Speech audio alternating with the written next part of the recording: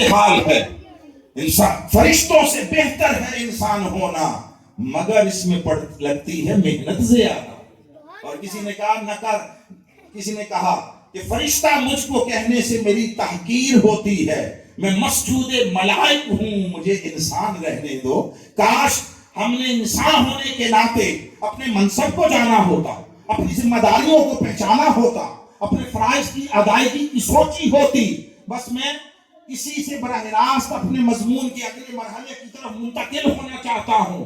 ارے جو اللہ کے برگزیدہ مقرر محبوب بارگاہ بندے ہوتے ہیں، ان میں اور دوسروں میں فرق کیا ہوتا ہے؟ حیت کا فرق نہیں ہوتا، جسمانی ساخت کا فرق نہیں ہوتا، سب کے وجود ایک جیسے ہی ہوتے ہیں. مگر انبیاء وہ تو خود اس کے چنے ہوئے ہوتے ہیں، ان کو ہم الگ رکھ رہے ہیں. وہ تو تخلیق سے پہلے چنے گئے.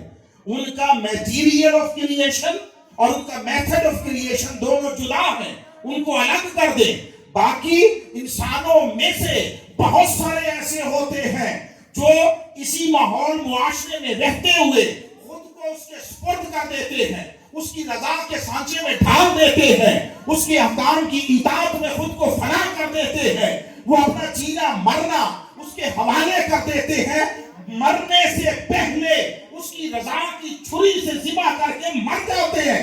وہ بندے جب اس مرتبے کو پہنچتے ہیں تو پھر بقول اقبال اللہ فرماتا ہے خودی کو کر بلند اتنا کہ ہر تقدیر سے پہلے خدا بندے سے خود پوچھے بتا تیری رضا کیا ہے.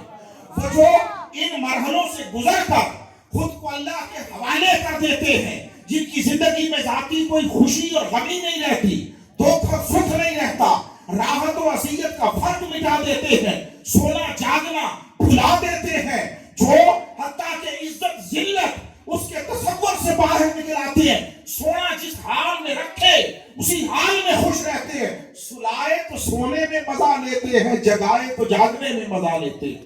وہ کھلائے تو کھا کر لطف لیتے ہیں، بھوکا رکھے فاقے میں راحت لیتے ہیں.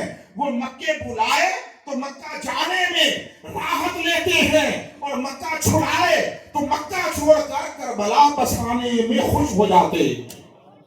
جو اس طرح خود کو اس کے سپرد کر دیتے ہیں، پھر اللہ ان کے زبان سے، ان کے ہاتھ سے، ان کی آنکھ سے اپنی قدرتوں کو ظاہر کرتا ہے. اور حدیث پاک میں لا رہا ہوں، حدیث پاک آقا علیہ السلام نے فرمایا کہ اللہ فرماتا ہے حدیث قدسی، میرا بندہ جب میری رضا کے سامنے سرنڈر کرتا ہے اور نوافل ادا کرتا ہے، میرے قریب آتا چلا جاتا ہے، میں اس کے ہاتھ بن جاتا ہوں جن سے پکڑتا ہے، میں اس کی آنکھ بن جاتا ہوں جن سے دیکھتا ہے، کان بن جاتا ہوں جن سے سنتا ہے.